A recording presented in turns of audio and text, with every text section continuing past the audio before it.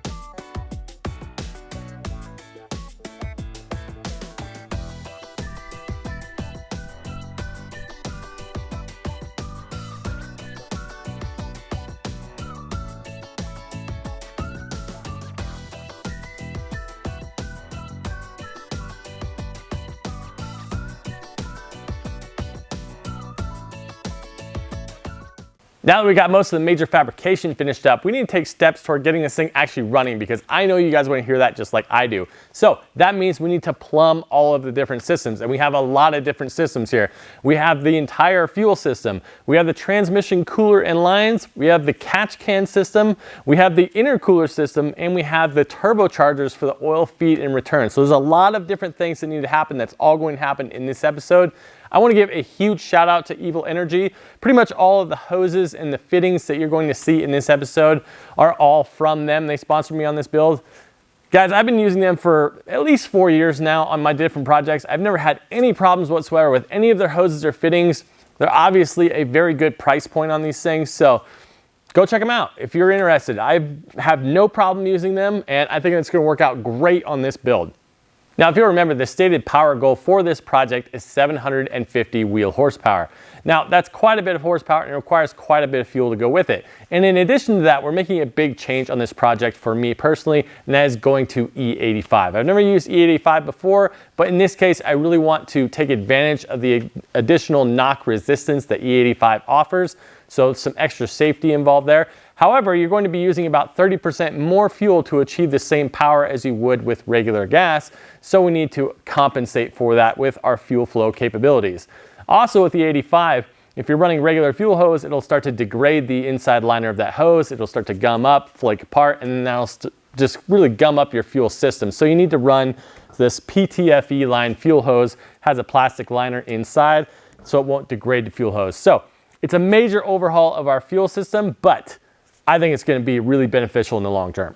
Now, one of the other major components you can see here is this surge tank. So essentially what's going to happen here is my primary fuel tank on the truck, this factory one, that's going to stay in place, but that's going to feed this surge tank. So fuel will flow into this tank, which is about a gallon here. And then I have some high pressure fuel pumps in here that will actually feed the engine itself.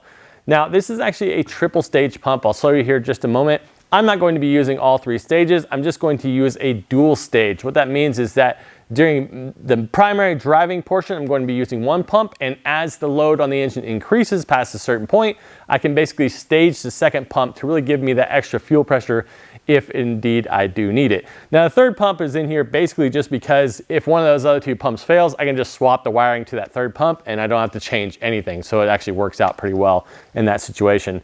Also, I'm going to be running a flex fuel setup here. Now, what this means is that if I'm in a situation where I cannot get access to E85, I can just throw regular 93 octane in there, and this will compensate for that in the tune, so it'll still run properly. In order to get that additional fuel flow to the engine itself, I have a set of these fuel injector clinic injectors. On my twin charge Magnum, I was essentially running Hellcat fuel injectors, which are about 600 cc injectors. Well, these ones are 1200 cc. So these should absolutely compensate for the additional flow that I'm going to need. I think that's where I'm going to start. Let's go ahead and get these fuel rails set up on the engine, get these new injectors in here, and then we'll start setting out where I'm going to actually locate this surge tank, and then we'll start building our lines. Okay, we've got our new fuel injector clinic injectors mounted up into our fuel rail. Now these are a little bit taller than the old injectors were, so I did have to go ahead and turn up some spacers real quick out of aluminum, just so I can bolt those to the intake manifold with no issue, but that's all done. Now we have our D-Torx fuel pressure regulator installed here. This is the same regulator I was using on my twin charge Magnum, and it worked fantastic, so no reason not to use that here. I do have a pressure sensor fitting here for the fuel pressure that I can then wire into the ECU, so I know exactly what my fuel pressure is doing at any given time. And this means that I can also basically build in a safety to where if this fuel pressure drops, I can cut the power from the engine, help protect itself. That's what I'm after this time around, maximum protection. Let's take a look at how to put a fitting together for a PTFE line. A little bit more to it, but still really not that bad. All right, so we want to take the fitting itself apart. Now inside here, besides the nut, you also have this little olive fitting here.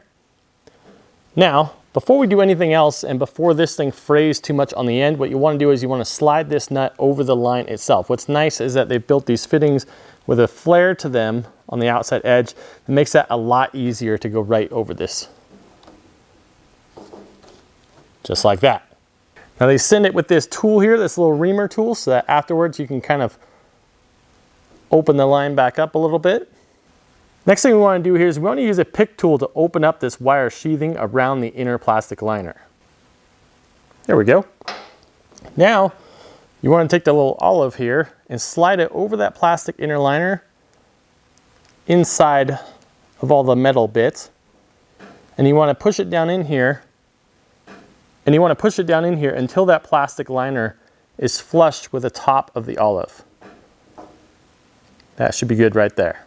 Now this may not be totally necessary, but what I like to do is I like to cut back all of this braided here on the outside. Of course, we're not touching the metal portion that's braided, but we want to get rid of all this plastic stuff because I find that as you put the fitting together, all of these loose bits tend to get trapped up in the threads, so I like to cut those off.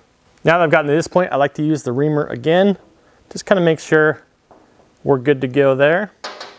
Then we stick the other half of the fitting in here, slides right in, and then bring the nut up to it, and just start threading it together. And again, we'll stick this in the AN vise to actually get this tightened down for real. And there it is, PTFE line is made. So as you can very clearly tell, really not any more difficult than just the regular lines are. And that's simple, you have a custom AN line made. Dive into it, guys, I promise it's not that bad. All right, we've got our surge tank mounted here. You can see I went ahead and cut a hole here, and this is going to be where all the lines are going to go through. Don't be afraid, I'm gonna go ahead and put some protection all around the edge there so the lines won't rub and fray on there. That'll be nice and good. Just went ahead and put some riv nuts in there so that this is fully secured. This is the best place I thought I could have for it. I'm going to put the battery on that side over there. But I think this is going to be a good spot for the surge tank, and these lines are going to run basically right over to the fuel tank. Something like this, you got to try to make sure you're covering all the bases, and that includes actually removing the fuel pump unit from the fuel tank here to replace this tiny little 2-inch rubber hose because I don't want this gumming up all the rest of the works. So I replaced it with this plastic hard lining here. We should be good to go now. I can put this thing back together and start building my lines to go to the surge tank.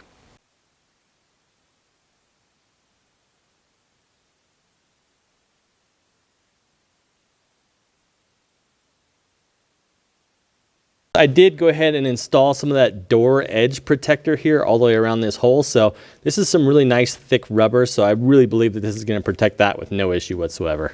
All of our fuel system lines are done. Now, just as a recap, if you're wondering about this spider web of fuel lines here, what they all go to, this one is going to be our feed line from the main fuel tank. Then, once this surge tank is actually full, it's going to return through this line back to the main tank. So no matter what, this surge tank should remain full pretty much at all times. Then right here, you have the feed line that's actually going up to the fuel rails itself. And then this line here is the return coming back from the rails. So again, this surge tank should stay largely full Basically, during a hard pass at the track is the only time I expect this fuel level to really drop inside this thing. But this also protects us on launch and things like that, because we don't have to worry about fuel slosh, because with this whole thing being entirely full of fuel, there's nowhere for that fuel to go. So it should pick up just fine and provide plenty of pressure to our rails. Now from underneath the vehicle, we can see our lines a little bit more clearly. This is our feed and our return from our main tank that then goes back up to the surge tank itself.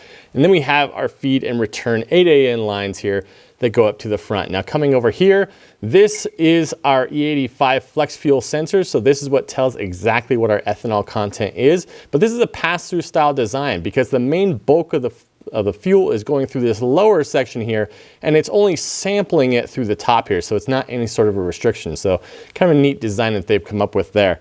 Then if we move forward here, comes through up to our fuel filter. Now this is a 10 micron fuel filter. Then it goes from there up to the fuel rail itself. Here's our main feed coming up here. One thing I do want to do is I want to put a little bit of sleeving here right where it goes past the firewall. I don't believe it's going to chafe or anything, but we want to add some extra protection there. But it goes into our Whipple fuel lines here, our fuel rails. And then one line that I do think I want to change is my little crossover pipe here, because I don't love the way that turned out. I think I want to do a 45-degree angle fitting here instead of a 90. Give it a little bit more room to come out slowly and then across.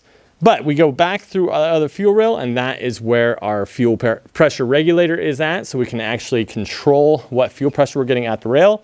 And then off the back side of the pressure regulator down at the bottom, we have our return line that then runs back to that surge tank. You can see it down there. All right, let's pivot to mounting the radiator for the water to air intercooler. Now in order to do that, I've got to fabricate up some custom brackets, so let's get started.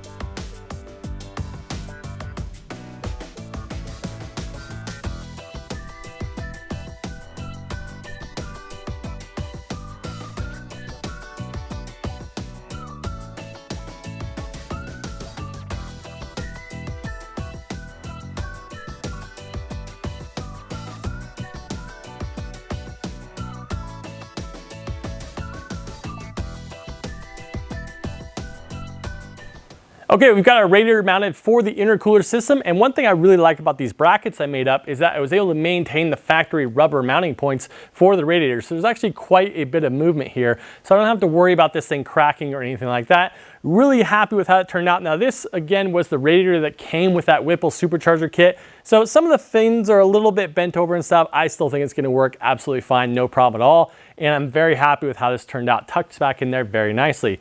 Next thing we have to do is install the oil cooler for the transmission. That's gonna go right here. Now I also got this oil cooler from Evil Energy. It's available in a variety of different sizes, whatever you want. I kind of guessed on this one, and I think it's going to be perfect. Really happy with the quality of this oil cooler so far. So let's get this thing mounted up. The only thing here is that we're not gonna run any kind of a fan assist or anything on that transmission cooler, and we're gonna have 3 coolers stacked here. You're gonna have a transmission cooler, the intercooler, and then the actual radiator. So yeah, you basically just have the 2 fans from the radiator that are really drawing air through this when you're sitting idle, but I don't think it's gonna be a problem, because the only time I'm really going to be stressing the transmission is during the starting line when I'm on the trans brake / 2-step. So it's gonna be a short enough time where I don't think it's gonna be that big of a deal to not have a fan on that cooler. Time will tell on that. It's not like we're gonna be towing heavy loads with this vehicle or anything, so I think it'll be okay. Let's go ahead and get that thing mounted up. And just that simple, we've got our transmission cooler mounted here. Really like this transmission cooler. It's a nice piece. Look at that. Really cool. Now we need to make our lines. We're going to go ahead and run those back on the frame rail back to the transmission, so that's the next step. So for our transmission cooler lines, we're going to be keeping things very simple. We're just going to be using this 6 AN hose right here. This is not PTFE hose. We're just keeping it ultra simple. I'm going to show you guys how to install a set of fittings on this type of hose. It is very simple to make these. First thing we're going to do here is actually cut this hose to the correct size. There's many different ways of doing that. I actually prefer using these cutters. They provide a very clean cut. You can also use a cutoff wheel, but when I do that, I usually like to tape the line first and then use the cutoff wheel. I did that for a long time. But honestly, any way you cut this thing, the sheathing here is going to want to basically start fraying almost immediately. And I find that the cut with these is clean enough to where you can actually get the fitting on with a minimum of fuss. Now, when you have these fittings, you just spin off the nut here off the back, and if you notice on the inside here, there's actually some counterclockwise threads here to actually get this nut on. So once you get this thing chopped to the length you want, put the nut on there and just spin it counterclockwise until you see the hose end itself actually butted up on the inside there. I'll try to get a shot of that for you if I can, but that's how you get the nut on this end.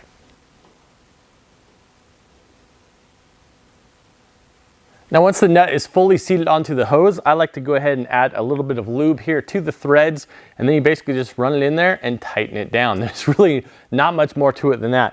Now I do recommend that you actually get a set of those AN jaws that you can use in a vise to put these things together. It makes it a lot more simple to actually spin this thing on. I'll show you that now.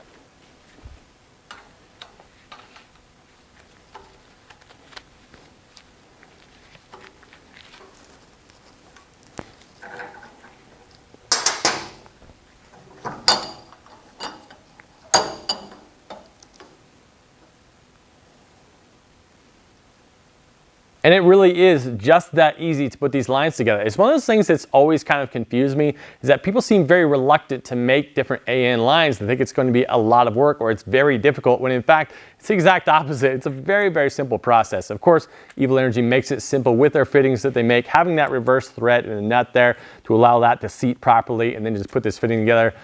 Couldn't be more simple. Now, of course, this is non-PTFE lines. The PTFE lines are a little bit more complex, but really not that bad either. So I want to encourage you guys, go ahead, dive right in. Don't be scared of it. It's actually very simple, and it's very satisfying to make your own hoses as well. Okay, let's go ahead and get these transmission lines all run. We've got our transmission cooler lines all finished up. Let's take a look at how they came out. So I have this special billet adapter piece I bought here just so I can get it to this AN style fittings. So then we have our cooler lines here that come out, and I really like these little clamps that they provide for this hose routing. I think it just cleans up the looks of these hoses quite a bit. Then it just runs up the frame rail right there, and it comes up over the top of the frame rail there, and I'm gonna put some sleeving here on these lines so that we don't have to worry about them chafing on where that frame rail is. Here you can see where the lines come up around the frame rail, tuck up past the radiator, go through the core support, and into the top of the oil cooler itself. So really nice clean hose routing there, and I'm really happy with the way that turned out. Next thing in line, we're gonna go ahead and get our intercooler reservoir mounted and also our catch can mounted. Now, there's some modifications that need to be done to the reservoir itself, so we're gonna take care of that. Then both of these are going to be mounted to the firewall on the passenger side. Now, if you notice on the truck right now, there's several large gaping holes over there that those need to be covered anyway. So we need to make a patch panel that actually covers the whole passenger side of the firewall. We're gonna go ahead and tack that in place and then mount these to it so we can do our final plumbing.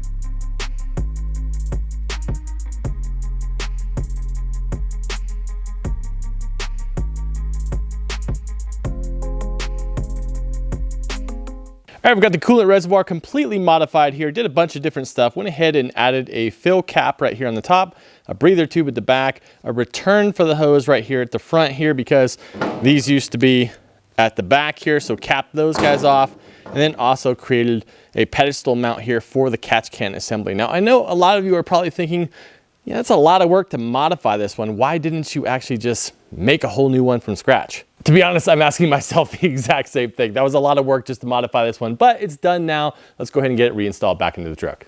Man, I gotta say, I think that looks really nice in there. It tucks back very well. Now, one thing, of course, we're going to have to do is put some heat shielding here on this rubber hose right here. It has about a 1/2 inch of clearance between it and the downpipe, so we'll want to go ahead and put some heat sleeving on there. Now, just so you guys know, this downpipe, even though of course it's going to get hot while it's running, and especially under extreme load, with an air gap like that, it's really not going to be that bad. Put some heat sleeving on there, we'll be just fine. The only thing that I'm a little bit concerned about here with this system is that the hose itself goes above the level of the reservoir. So I'm kind of wondering if I'm gonna get an air pocket trapped in there. Now, of course, this is a standalone loop. This doesn't have anything to do with the engine whatsoever at all, you guys. All this does is this pump goes from this reservoir, pumps it over here through that intake manifold, and then around the truck, through the cooler here in the front, and then back to the reservoir. So it has nothing to do with this whatsoever at all. So the only heat it's going to be absorbing is through the intake manifold right there, and then it's going to be cooling it through the cooler up front here. So I still think it's going to work out pretty well, but time will tell. With this pump, the question is it going to have an issue if there is an air pocket generated right there at the top of the hose? We're going to have to find out on that. And I really like how neatly the catch can is mounted there. Let's go ahead and make up our catch can lines. And there it is, we have our lines made up. We got the little short line here on this bank goes over here. Now, unfortunately, you can see with this bung right here that it is going to interfere with our brake booster here. So that's still a bit of an issue, and it's still already basically getting in the way of our coil pack here. So still not sure exactly what I'm gonna do there. I'm thinking I wanna go to a smaller diameter booster to correct that issue, but we'll have to see on that. But overall, I gotta say, I really think that these lines are nice and clean, and it's giving the engine bay the overall look that I wanted for it. Now let's talk about our turbo oil feed and return lines. So for our feed, I'm actually joined in off of the oil pressure sensor down here at the front of the engine. I have one line coming up to a T-fitting, which then distributes to either side of the turbos. Now, these turbo fittings, the inlet fittings, they are restricted, so we're not going to be dumping a ton of oil in there. That'll help prevent any smoking coming out of here.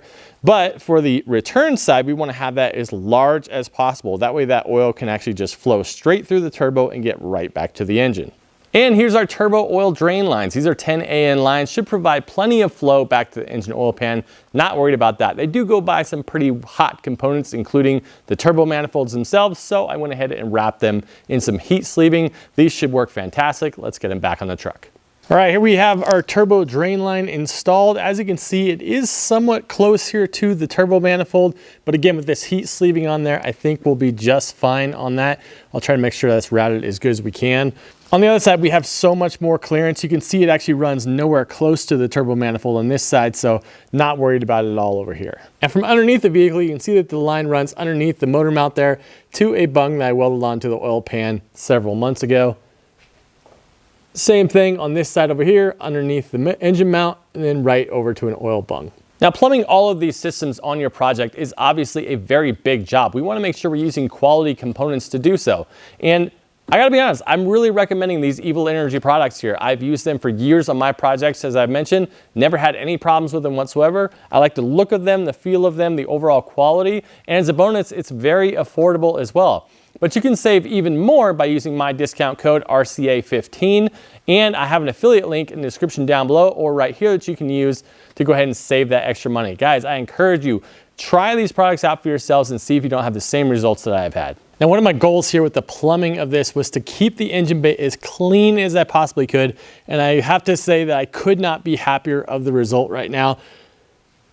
Just a very, very simple setup here. The engine bay still is dominated by the overall mechanical look, which is what I love to look at, not a bunch of hoses and lines running everywhere. Now, a caveat to this, we don't have our silicone lines run yet for the wastegates, and we also don't have the actual hoses ran for the intercooler system, but those are gonna run right down the sides of the fenders themselves. You pretty much won't notice them. The only thing you're gonna notice here is at the back where it goes back down to this fitting right here, from the reservoir here over to that, and then from there, it'll loop around the fender and up to the front. So still should be relatively subtle here. Gotta say, absolutely loving this engine bay right now. Guys, that was an absolutely massive episode. Believe it or not, we really moved the goalpost forward on this one as far as getting this thing ready to go. I believe we're probably gonna have one more episode where I'm going to be doing the 8.8 forward rear axle swap and some of the modifications necessary for that 8 HP automatic transmission. And then the next episode after that is probably going to be our first fire episode. So I hope you guys really stick with me here on this one. I really appreciate you guys watching. Let me know what you think of it so far. We'll see you next time on Reignited.